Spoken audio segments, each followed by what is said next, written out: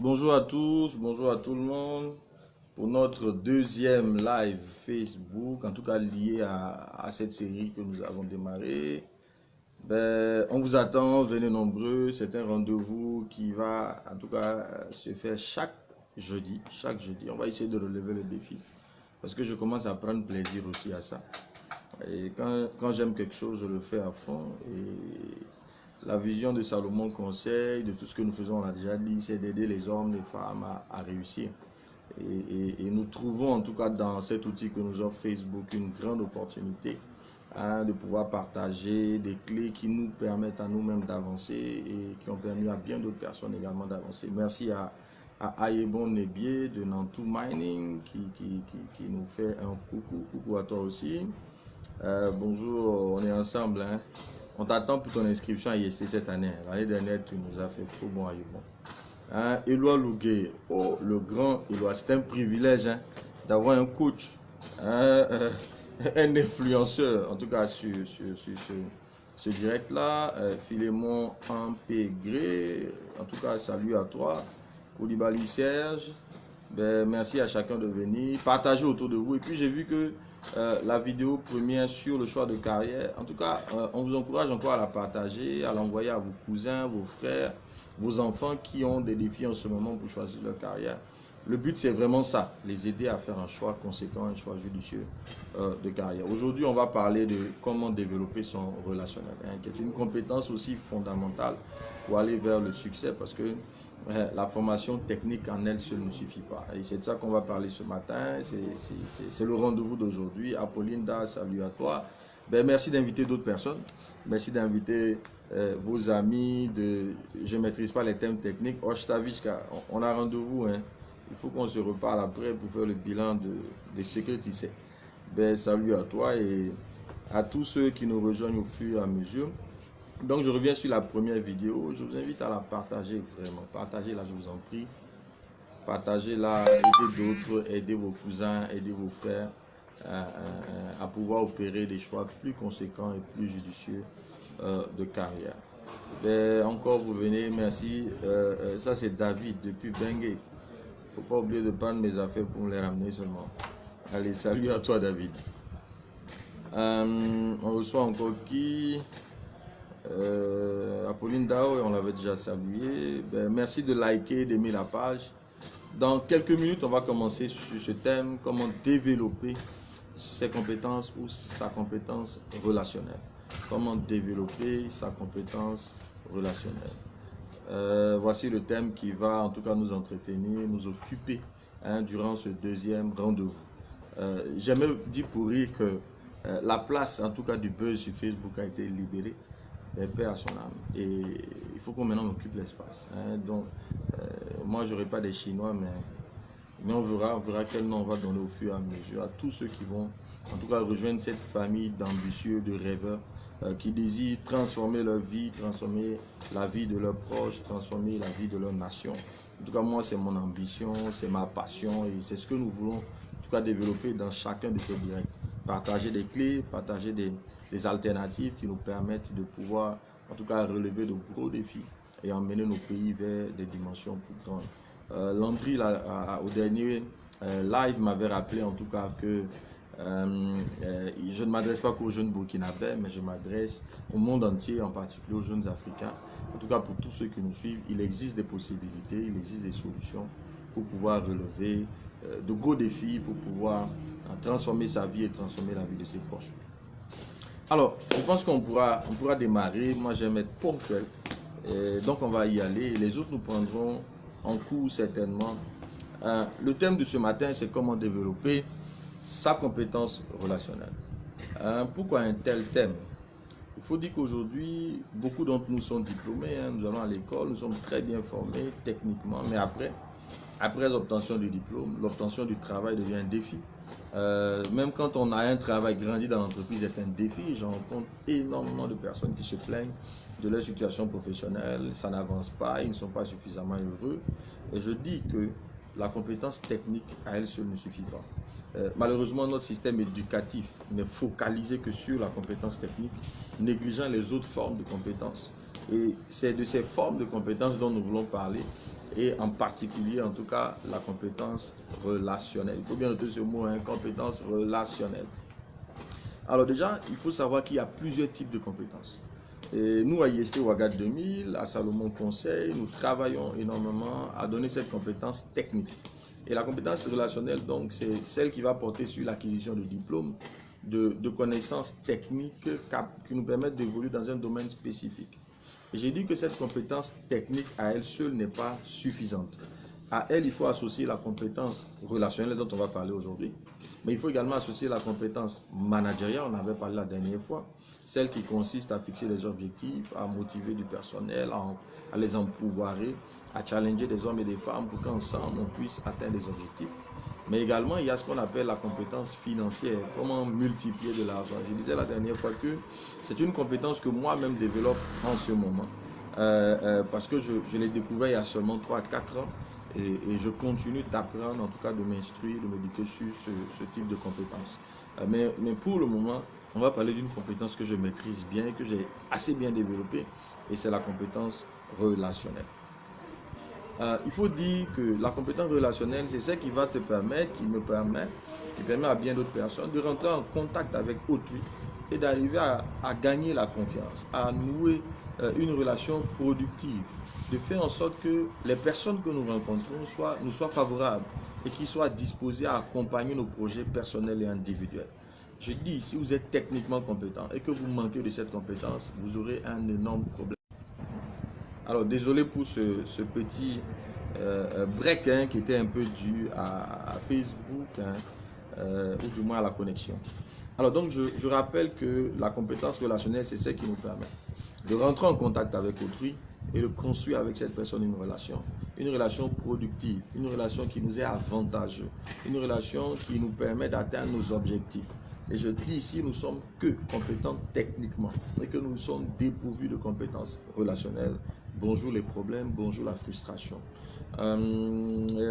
Comment donc développer cette compétence? Comment l'acquérir? Bon, il faut savoir qu'il y a plusieurs types de relations. Malheureusement, beaucoup de jeunes, beaucoup de personnes affirment que si vous n'avez pas de relation dans la vie, vous partez limité. J'ai dit c'est vrai, il faut, hein, parce qu'effectivement, nous avons tous des relations. Mais le problème, c'est de croire qu'une bonne relation, avoir des relations, c'est avoir des relations familiales. Non, non. Avoir une relation familiale, c'est important.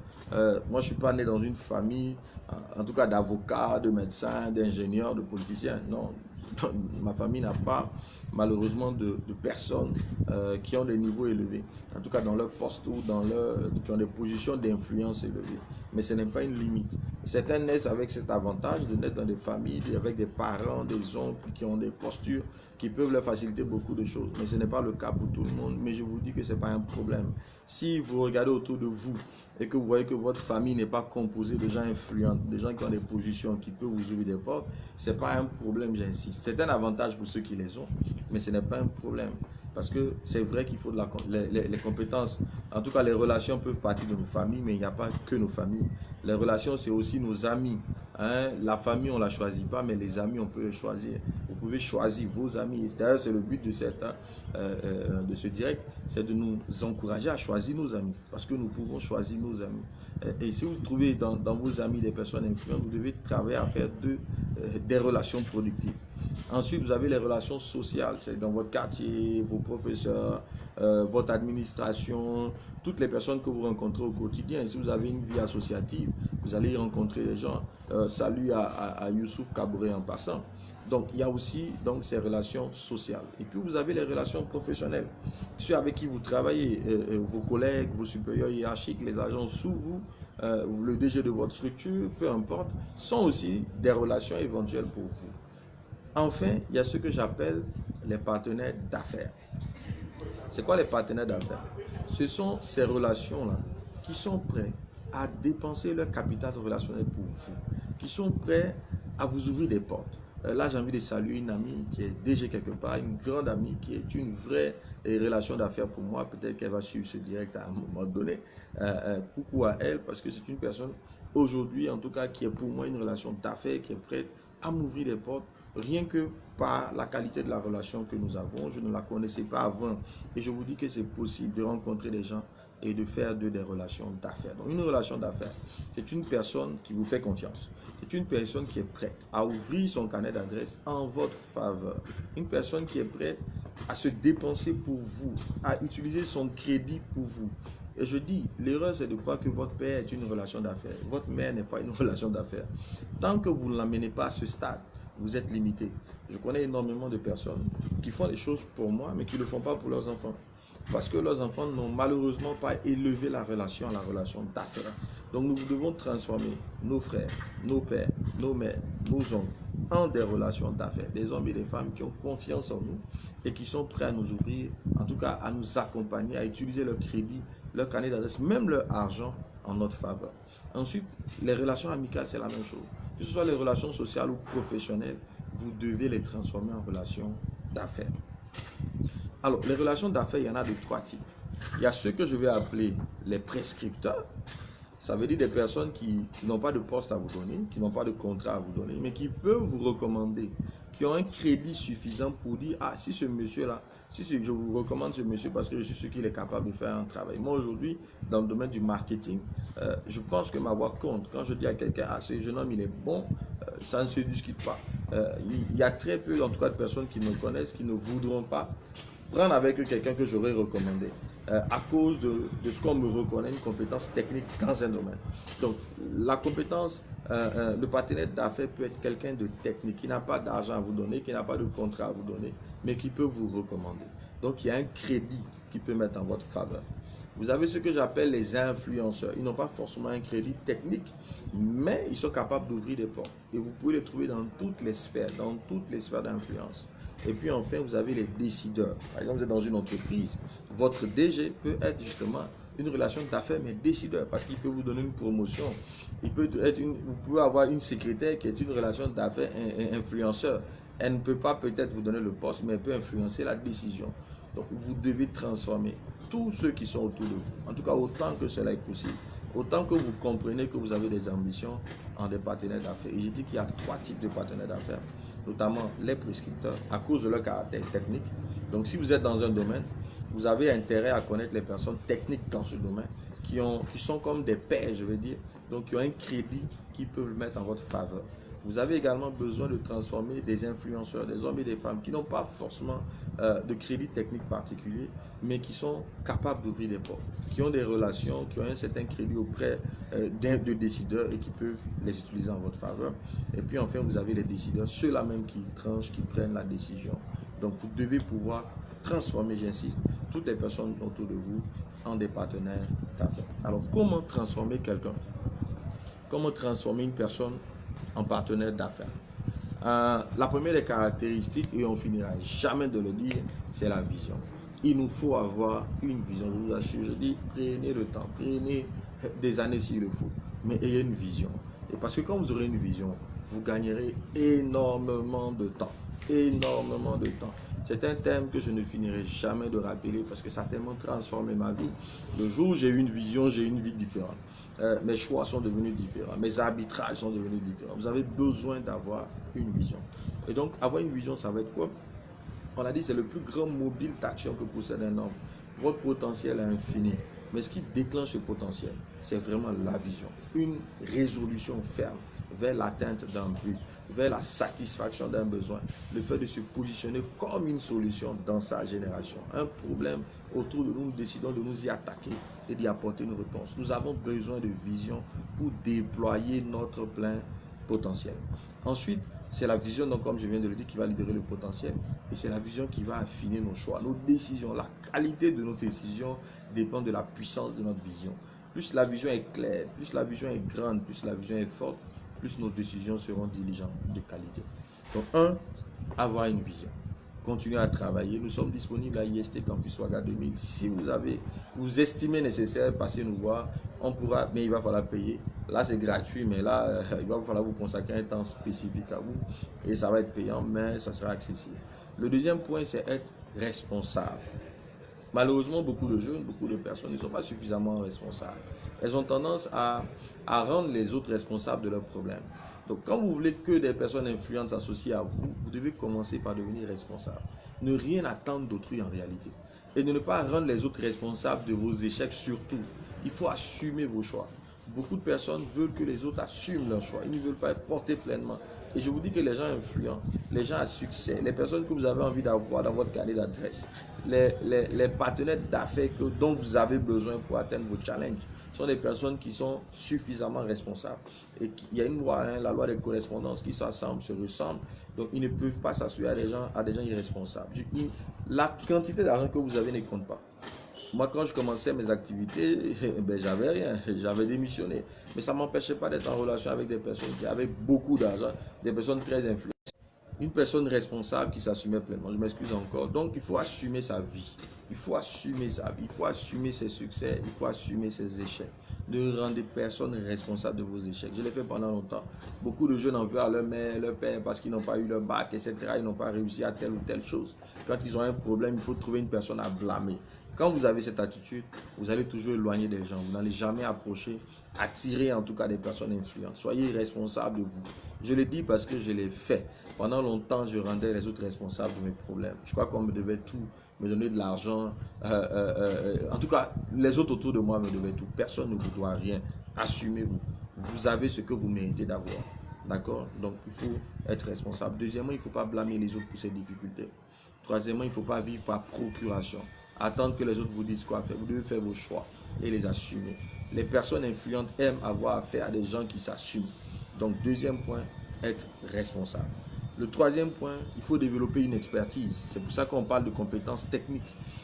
Il faut savoir que vous ne pourrez pas avoir de l'influence, vous ne pourrez pas attirer des personnes influentes, vous ne pourrez pas développer des relations productives, donc des partenaires d'affaires, si vous n'avez pas de technicité. C'est vrai que ce n'est pas un point fondamental, mais c'est nécessaire.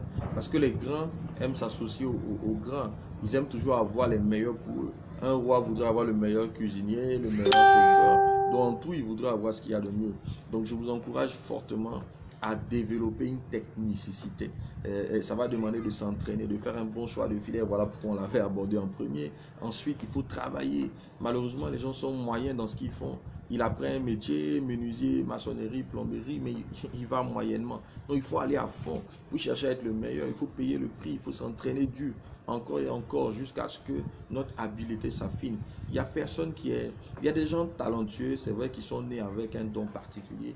Mais dans la plupart des cas, le don, il se travaille à force de pratique. C'est la pratique qui rend permanente. C'est l'exercice quotidien qui va vous donner, en tout cas, de développer votre habileté. Je vous encourage fortement à développer votre compétence technique, qui est le troisième point. Donc, il faut avoir quelque chose à faire. Il y a des gens qui viennent vous voir, ah, aide-moi à trouver un travail. Et bien, qu'est-ce que tu sais faire? Vraiment, je sais tout faire. Ou ce que je trouve seulement, je vais faire. Non, non, ça ne marche pas comme ça. Il faut faire un choix, un seul choix. Un seul choix, un seul don, un seul talent et travailler, le payer le prix, ça va te demander des années. Et là, je pense à Ostavichka aujourd'hui qui est devenu spécialiste en couture, enfant et tout. Mais il a fallu beaucoup d'années de travail, beaucoup de temps à investir. Pendant que quand vous travaillez, que vous développez votre compétence technique, vous ne devez pas vous attendre à gagner de l'argent. Hein. Non, l'argent ne doit pas être votre préoccupation. Votre préoccupation, ça doit être d'élargir votre coffre, votre contenant, pour que quand l'argent vienne en abondance et que vous puissiez en tout cas le recevoir. Mais beaucoup de gens ne dopent tellement par leur personnalité ou en tout cas leur technicité qu'ils ressemblent à un petit verre de thé. Hein, donc il y a un peu d'argent qui tombe dedans. Tu vas avoir beaucoup d'argent, mais il faut élargir le contenant que tu es. Et ça demande du temps, ça demande un prix à payer. Il y a un prix à payer. D'accord? Donc compétences techniques. Donc, avoir quelque chose à faire, quelque chose à offrir, est la meilleure réponse parce que la compétence technique, ce n'est pas une compétence inutile. Elle doit avoir pour vocation de répondre à un besoin et vous devez être la meilleure réponse dans votre domaine. Moi, je travaille à être le meilleur dans tout ce que je fais. D'accord? Il faut chercher à être le meilleur, c'est nécessaire.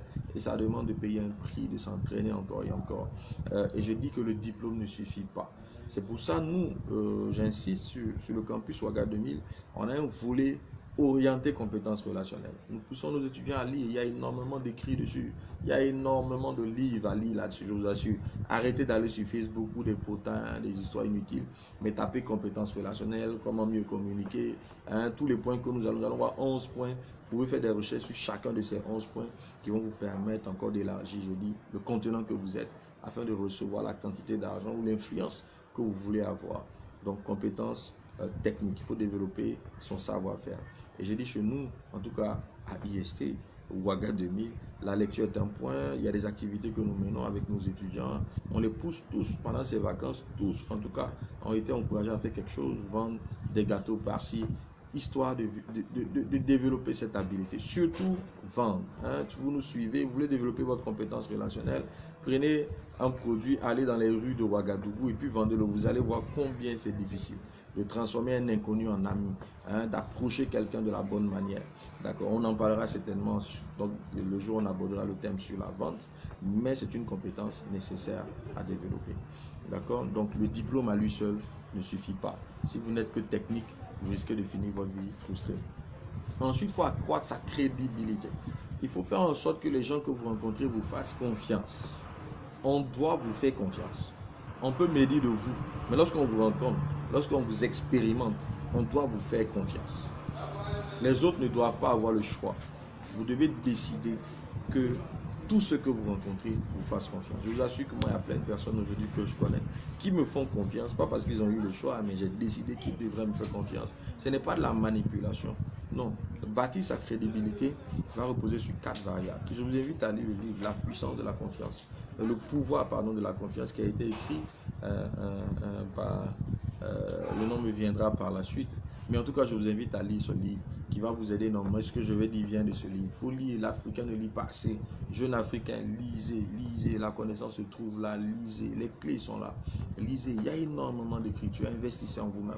C'est le meilleur investissement qu'on puisse faire. Donc, comment développer sa crédibilité ou accroître son niveau de confiance? C'est d'abord l'intégrité. C'est quoi l'intégrité? Il faut connaître ses valeurs. Je vous ai dit, Salomon conseille ces 3 valeurs: rigueur, franchise, humilité. Et ces 3 valeurs-là doivent être incarnées dans tout ce que vous faites. Vous devez être le même à l'intérieur qu'à l'extérieur. Chaque fois que vous devez prendre une décision, vous devez le faire au travers du prisme de vos valeurs. Si vos valeurs sont touchées, alors ne le faites pas. Je ne dis pas que j'ai que 3 valeurs, non. Mais les 3 valeurs sont des valeurs fondamentales, des valeurs qu'on ne remet jamais en cause, d'accord? Donc, développer son intégrité, qui veut dire être le même à l'intérieur qu'à l'extérieur.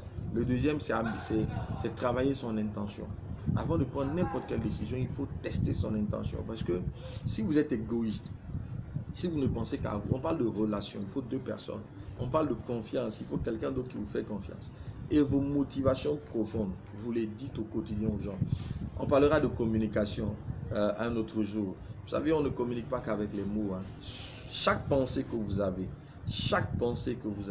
est traduite dans votre non-verbal. Donc, vous le dites aux gens. Et lorsque vos intentions sont mauvaises, mais les autres le déconnent, ils ne peuvent pas vous l'expliquer d'un point de vue technique, mais ils ne vous feront pas confiance. Donc, il y a un travail à faire ce soir, hein, pour affiner nos intentions. Et les bonnes intentions sont celles qui prennent en compte les autres. Vous devez être préoccupé par les autres, par le fait que les autres aussi soient heureux, par le fait que les autres aussi soient satisfaits, par le fait que aussi les autres atteignent leurs objectifs.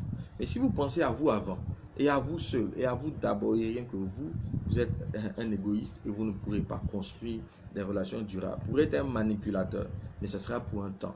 D'accord? Et dès l'instant que vous avez un réel intérêt pour les autres, une réelle volonté d'aider les autres, ils vous feront naturellement confiance. Donc, vous avez besoin d'affiner vos intentions. Ensuite, vos capacités. On en a parlé déjà au niveau de la technicité.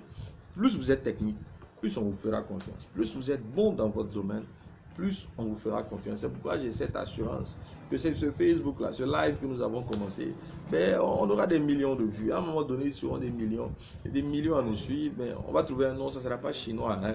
On va trouver un nom pour cette communauté de passionnés, hein, que nous sommes en train de bâtir. Et je suis sûr qu'on y arrivera à cause de la technicité des thèmes que nous allons aborder ici, à cause de leur utilité dans la vie, dans vos vies, vous qui nous suivez, à tous ceux qui vont, en tout cas à un moment donné, lire cette vidéo-là.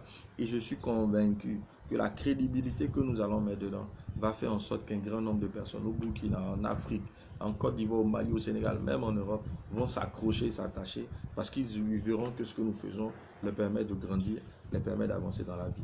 D'accord? Et puis enfin, il faut des résultats. Et c'est les résultats que vous allez partager avec nous, les témoignages que vous allez nous donner, qui vont davantage permettre aux gens de venir. Et vous aurez des résultats. Ça ne dépend pas de vous, hein. Ça dépend de ce que nous allons décider qu'il arrive. Et vous aurez des résultats, je vous le promets, vous aurez des résultats. Si vous mettez en pratique, bien sûr, les clés que nous partageons avec vous, si vous continuez à travailler sur les points que nous abordons ensemble. Et puis donc, le cinquième point, c'est savoir communiquer. Mais là, on ne va pas en parler, parce que ça va faire l'objet d'un point à part entière. Mais c'est un scandale, hein. Grand nombre de personnes sont très bien formées techniquement, mais ils ne savent pas communiquer. Et ils sont malheureux, non performants, frustrés, parce qu'ils n'arrivent pas à performer dans leurs organisations par défaut de communication. Le plus grand problème, nous avons trois types de problèmes en entreprise. Nous avons les problèmes de compréhension. Ça veut dire qu'on vous donne une tâche à faire, vous n'avez pas compris. Vous ne pourrez pas exécuter conformément à l'attente. Deuxièmement, on a des problèmes d'exécution. On vous donne une tâche pour laquelle vous n'avez pas de compétences, mais vous ne pourrez jamais l'exécuter, vous aurez un problème. Et puis enfin, le problème le plus récurrent, c'est le problème relationnel. 80 à 90% des problèmes en entreprise sont dus à la mauvaise communication. Même dans les foyers, même dans les couples, même dans nos pays, ce sont des problèmes de communication. Du coup, c'est un problème central et je dis que ça fera l'objet d'une autre thématique. Donc, restez accrochés et vous aurez encore des solutions. L'autre point à aborder, c'est le fait de donner l'honneur. Nous avons besoin d'honorer ces personnes. Quand vous êtes proche d'une personne influente, parce que tous les partenaires d'affaires sont des personnes influentes généralement. Surtout si c'est un décideur, c'est forcément une personne influente. Et ces personnes-là, Maslow nous dit qu'il y a 5 niveaux de besoins. Les besoins physiologiques, les besoins de sécurité, les besoins d'appartenance, les besoins d'estime et les besoins d'accomplissement de soi. Mais tous les décideurs ont un fort besoin d'estime. Et il faut leur donner cette estime-là. Il faut servir leur estime. Je rencontre tellement de travailleurs frustrés parce qu'ils ne savent pas servir l'estime de leur supérieur hiérarchique, des personnes influentes autour d'elles. Elles considèrent l'estime comme être un lèche-botte, faire le larbin. Ça n'a rien à voir. Ça n'a rien à voir. Ça n'a rien à voir. Apprenez à honorer les personnes autour de vous. Encore plus les personnes dont, en tout cas avec lesquelles vous voulez construire des relations d'affaires. D'accord? Donc, donner de l'honneur, se respecter, avoir beaucoup d'humilité. Un autre point, c'est le fait d'être reconnaissant. Nous devons être reconnaissants. Et la reconnaissance suppose que quoi? Celui avec qui vous entrez en relation d'affaires c'est pas un Dieu, c'est un être humain qui a ses limites, qui a ses défauts. Mais souvent, on est trop focalisé sur les limites de ceux avec qui on est. Et à la première erreur, on les abandonne, on les lapide, on les livre à la vindicte populaire. Non, c'est une erreur grave, d'accord? Il faut rester focalisé sur leurs qualités. Il faut accepter que c'est des hommes qui ont des limites, de véritables limites. Ils sont imparfaits, mais ne restons pas focalisés sur leurs imperfections. Focalisons-nous sur ce qu'ils font pour nous et qu'ils font bien. Au Burkina Faso, c'est un gros défi pour nous. Je parle du cas du Burkina que je connais bien, où nous avons une grande tendance à lapider tous nos héros. Dès que quelqu'un sort du lot, vous allez voir bientôt, on va commencer à dire des choses sur Facebook que nous faisons. Ah oui, pourquoi il le fait? Il fait le malin. Qu'est-ce qu'il y a derrière? Vous allez tout entendre. Parce que dès que quelqu'un sort du lot, il faut qu'il soit lapidé rapidement. Au lieu de voir l'utilité, au lieu de voir l'intérêt qu'il nous apporte. C'est le problème de nos hommes d'affaires. Il faut qu'on arrête fondamentalement de nous focaliser que sur ce qui ne marche pas. D'accord? Donc, il faut accepter leur imperfection. Deuxièmement, donc, comme je disais, rester focalisé sur les qualités. Et puis enfin, il faut être heureux. Il faut être satisfait de ce qu'on a. Il faut être satisfait de ce qu'on a reçu. Une réelle satisfaction, parce que quel que soit ce que quelqu'un a fait pour vous, quel que soit ce que quelqu'un vous a donné, c'est important. Ne minimisez rien. Rien. Et c'est en cela qu'il sera encore encouragé à vous donner davantage. Mais lorsque vous donnez quelque chose à quelqu'un, et puis vous sentez dans son nom verbal parce qu'il s'attendait à plus, et il banalise ce que vous avez fait, mais vous n'aurez pas le courage de recommencer demain. D'accord? Donc il faut être reconnaissant du peu que vous avez reçu, et c'est en cela que vous recevrez davantage. Et j'insiste, ne condamnez pas à la première occasion. Ne condamnez pas à la première occasion. La personne aura fait beaucoup de choses pour vous. Une seule chose qui n'a pas été faite, et ça devient un drame. Il y a quelqu'un qui nous suit certainement. En tout cas, je reçois ça dans mon cœur. Il faut aller demander pardon parce que tu t'es éloigné de quelqu'un qui t'a beaucoup aidé pendant longtemps, mais parce qu'il n'a pas fait une seule chose, ou parce qu'il a mal agi une seule fois, tu t'es éloigné de lui. Il n'est pas parfait. Je ne suis pas parfait. Tu n'es pas parfait. La preuve que tu t'es fâché, c'est que tu n'es pas parfait. Donc, tu as besoin de te rapprocher. Tu as besoin de demander pardon parce que tu as été méchant. Tu n'as pas été reconnaissant. Être reconnaissant. Et quel que soit ce que la personne vous fera, vous devez vous rappeler qu'à une époque, elle vous a été utile. N'oubliez jamais. C'est une loi fondamentale. C'est une loi nécessaire au succès. Ensuite, il faut être patient. Il faut être patient parce que construire une relation d'affaires peut prendre du temps. Ça peut même prendre des années. Mais c'est nécessaire d'être patient. Ne vous pressez pas. Vous appelez la personne une fois, deux fois, il ne décroche pas. Vous dites qu'il se fout de vous. Vous ne savez pas ce qu'il est en train de faire. C'est vous qui voulez le transformer en relation d'affaires. Ce n'est pas lui qui veut devenir une relation pour vous. Il est occupé. Lui aussi, il a d'autres personnes avec qui il construit des relations, qui lui prennent du temps. Il a du travail. Ce n'est pas quelqu'un de libre. Donc, je vous assure, soyez patient. Si vous manquez de patience, c'est qu'il y a de l'orgueil dedans. Dès que vous avez dit quelqu'un bonjour à une personne, une, deux fois, vous estimez que vous êtes devenus des amis. Attends, l'amitié, ça ne se décrète pas. Vous voulez être son ami, il faut qu'il décide de devenir votre ami. Vous ne pouvez pas lui imposer votre amitié. Ça n'a aucun sens. D'accord? Et ça prend du temps. Ça va demander du temps. Il ne va pas vous appeler. C'est vous qui allez passer le temps à l'appeler. Oui, mais un jour, parce qu'il verra à un moment donné vos qualités, mais il va finir par vous faire confiance et à faire attention à vous. Mais ne prenez jamais ça mal. Je vous dis, il faut beaucoup de patience. Beaucoup de patience. J'ai une relation que je ne vais pas citer, hein, mais je pense que c'est maintenant, c'est ces 2 dernières années qu'elle commence à me voir sur un autre angle. Mais je la fréquente depuis 7 ans, 8 ans. D'accord? Donc ça va demander du temps, il ne faut pas rêver. Et vous avez besoin de patience. Enfin, il faut être loyal. Il ne faut jamais livrer ses relations. Il ne faut jamais livrer, je veux dire quoi par là? Dès qu'elle est en difficulté, c'est vous qui êtes le premier à raconter des choses sur elle. Elle a fait ci, elle a fait ça. Des choses qui ne sont pas censées être dites. Non, ne livrez jamais vos relations d'affaires. Vous devez être loyal. Ne parlez jamais mal de vos relations d'affaires. Jamais. Il y a des choses quand vous entendez, il faut les oublier tout de suite. Parce que tout ce que vous dites de quelqu'un, ça va lui revenir d'une manière ou d'une autre. D'une manière ou d'une autre. Dès que vous avez ouvert votre bouche et que vous avez prononcé des mots sur quelqu'un, surtout en mal, soyez sûr que ça va lui revenir. Et ça lui revient toujours amplifié. Enfin, ne parlez pas mal d'elle. D'accord? Ne l'abandonnez pas lorsqu'elle est en difficulté. C'est dans les moments difficiles même que les vraies relations se construisent. Si vous avez un partenaire d'affaires qui est en difficulté, c'est là où il faut vous rapprocher de lui. Parce qu'il va se relever, soyez sûr. Il va se relever. Et quand il va se relever, il sera mieux capable de faire le choix de ses amis. D'accord? Et puis, le point suivant, il faut chercher à donner plus. Faites en sorte que ce que vous donnez dépasse ce qu'on vous donne. Toujours, c'est une loi. La Bible, un livre que j'aime bien, dit que la main qui donne est plus grande que celle qui reçoit. Veillez à ce que vous donnez soit toujours au-dessus de ce que vous avez reçu. Certains vont me dire, mais comment je peux donner si je n'ai pas d'argent? Non, on n'a pas que l'argent à donner. On peut donner du temps, on peut donner de l'estime, on peut donner de l'honneur, on peut donner un conseil. Il y a toujours quelque chose que tu peux donner aussi. Il y a toujours quelque chose que tu peux donner. Veille toujours à donner quelque chose. Je me rappelle de ce stagiaire que j'avais eu, Boncourt, qui aujourd'hui est cadre dans une banque. Et quand on partait manger, il ne travaillait pas, il venait en stage à vélo. Mais il arrivait que chaque fois qu'on partait manger, il payait au moins l'eau. Ça coûtait 50 francs. Il me dit non, il faut que lui paye l'eau. Je dis non, tu n'as pas d'argent, laisse. Il dit non, il faut qu'il paye quelque chose. Et ça, c'est une attitude qu'il faut adopter. Ne soyez jamais celui qui tend la main. Jamais. C'est possible. C'est possible. Soyez plutôt une solution. D'accord? Donc, il faut chercher à donner et faire en sorte que ce que tu reçois soit toujours inférieur à ce que tu donnes. Ta crédibilité va grandir. Les gens vont te faire confiance. Ils vont te chercher. Ils feront en sorte de devenir tes amis. D'accord? Il faut se faire respecter enfin. Hein? Enfin, le dernier point, c'est se faire respecter. Éviter les bassesses. Beaucoup croient que construire des relations d'affaires, c'est devenir le larbin de quelqu'un, aller lui faire les courses. Non.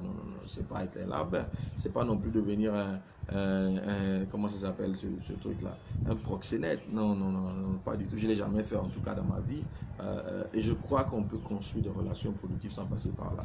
Il faut vous faire respecter. Et pour ça, il faut connaître vos valeurs, celles que vous n'allez jamais dépasser. Maintenant, j'ai dit, il ne faut pas... je donne l'exemple. Moi, je ne sors pas tard la nuit. Je ne fréquente pas les lieux de loisirs habituels la nuit.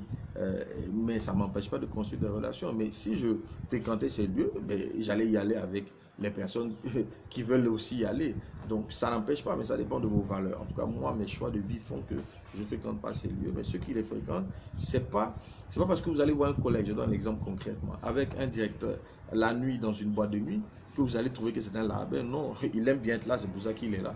Le directeur aime bien être là, c'est pour ça qu'il est là. Mais comme lui, il a la compétence relationnelle, il se débrouille pour y aller avec son directeur. Mais après, naturellement, il lui sera favorable. C'est nécessaire, mais chacun selon ses valeurs, chacun selon ses convictions profondes. Alors, voici les 11 points, en tout cas que nous vous recommandons pour pouvoir construire votre compétence relationnelle. Alors, on va citer rapidement des erreurs à éviter et c'est sur ça que nous allons nous arrêter en disant bonjour encore à tous ceux qui arrivent sur notre page. Quelles sont ces erreurs qu'il faut éviter absolument pour pouvoir construire de bonnes relations? Il ne faut pas avoir de fausses attentes. C'est-à-dire penser qu'on vous doit tout. On rencontre quelqu'un, on s'attend à ce qu'il nous trouve un travail. Qu'est-ce qui vous dit que c'est lui qui va vous trouver le travail? Ou on veut qu'il nous donne un marché, un contrat. Qu'est-ce qui vous fait dire qu'il va vous trouver un contrat? Il y a des gens qui m'en veulent parce qu'ils sont venus une fois me dire comme tu fais du recrutement, est-ce que tu ne peux pas nous aider à trouver un travail? J'ai dit je vois. Et puis il a disparu. Et quand il me revoit, il m'en veut. Attends, moi j'ai pas que ça à faire et j'ai pas du stock de travail disponible. Donc tu peux pas m'en vouloir pour ça. Bien, je suis convaincu que si la relation avait été construite, j'aurais peut-être pas pu te trouver un travail, mais j'aurais pu te recommander à quelqu'un qui peut te trouver un travail. Mais si tu te décourages ou tu as une attente démesurée, tu me prends pour un producteur d'emploi, tu te trompes. Ça n'existe pas, je n'ai pas ça. D'accord? Et personne n'a ça. Donc, n'ayez pas des attentes, des fausses attentes. N'ayez pas de fausses attentes. D'accord? Et vous ne savez jamais d'où la porte va s'ouvrir. Ce n'est pas important. L'essentiel, c'est d'avoir la relation. Ensuite, considérez que l'autre a de l'argent. Il y a des gens, quand ils s'approchent des personnes influentes, ceux qui veulent transformer en partenaire d'affaires, ce qui se dit, il a de l'argent, il doit m'en donner. Attends, l'argent, ce n'est pas quelque chose qu'on donne. Hein. Là, je fais un coucou à ma mère. Elle me l'a répété tellement que j'ai fini par en faire une devise. L'argent, ça ne se donne pas, ça se gagne.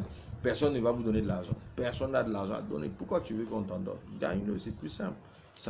C'est moins douloureux de gagner son argent. Tu vas te fatiguer pendant un temps, mais après tu seras heureux. Ne t'attends pas à ce qu'on te donne. Non, il te donnera peut-être, mais c'est pas, tu ne dois pas t'attendre à ça. D'accord? Ensuite, manquer de patience, on en a déjà parlé. Tomber dans l'amertume ou dans l'aigreur. Quand vous êtes amer, quand vous êtes aigri, mais vous chassez les gens. Ils s'éloignent de vous. Regardez autour de vous. Vous connaissez des gens amers. Quand vous les voyez, vous changez de chemin. Parce qu'ils sont tout en train de se plaindre. Ça ne va pas, les gens sont méchants, on ne m'a pas fait ci, on ne m'a pas fait ça. Mais on ne t'a pas fait à toi, on n'a pas fait aux autres non plus. D'accord? Donc ça ne sert à rien de tomber dans l'amertume. Évitez les plaintes. Évitez les plaintes. Soyez assertif, positif. Ayez des paroles de vie, des paroles puissantes. Et quand vous êtes assertif, quand vous êtes positif, quand vous dites de bonnes choses, et vous attirez à vous aussi de bonnes choses. Donc attention à votre langage. Évitez en tout cas autant que possible de vous plaindre. Ne vous plaignez jamais. Surtout avec une personnalité, surtout avec une relation d'affaires. Ne vous plaignez jamais. Ensuite, les basses besognes. Non, il ne faut pas les faire à mon avis. Moi, je ne le fais pas. En tout cas, je vous encourage à ne pas le faire. Et puis, il faut éviter la familiarité. Ce n'est pas parce que la dernière fois, il y a un jeune homme qui avait envie de me féliciter, il avait une bonne intention. Il m'aborde avec familiarité. Il me tient la main et puis il me tient par l'épaule. Je dis, mais tu vois, je ne suis pas ton ami. Hein. Non, c'est dommage. Mais malheureusement, on aborde les gens avec familiarité, on laisse un mauvais sentiment. Non, jamais de familiarité. On peut être ami avec quelqu'un sans être familier. On peut aller en maquis, manger et sortir avec quelqu'un sans être familier. Hein. La familiarité, c'est le respect. Il y a une zone de respect de laquelle il ne faut jamais sortir. Moi, je donne un exemple. Je n'appelle jamais mes aînés, en tout cas, ou très rarement par leur nom. Je l'appelle grand frère. Dès que tu es plus âgé que moi, c'est pour mettre un certain nombre de limites, certaines frontières. Et quand tu commences à tutoyer ton aîné comme tu veux, tu l'appelles avec son prénom, ben attention, il y a un problème. On tombe dans la familiarité. Évitons d'être familiers. Voilà, Alix Octavio dit que l'amertume, ça détruit, ça fait fuir les gens autour de nous. Ben, nous sommes au bout de notre direct, des points que nous avons eu à cœur de développer avec vous. Je rappelle que le but de cette vidéo était de parler de compétences relationnelles. Les relations, est-ce qu'on en a besoin pour réussir? Oui, non. Non, parce que les relations, ce ne sont pas des relations familiales seulement. Oui, et j'insiste sur le oui, sans relation, ça va être difficile. On a besoin de relations. À compétence égale, lorsque vous êtes dans un processus de recrutement, nous sommes des êtres humains. À compétence égale, nous devenons subjectifs. Et la subjectivité, là, elle sera en faveur de la personne avec laquelle vous avez une bonne relation. Nous avons besoin de relations. Dans ton entreprise, là où tu es, tu as besoin de relations. Dans ta famille, tu as besoin de relations. Dans tes amis, dans ton voisinage, tu as besoin de relations.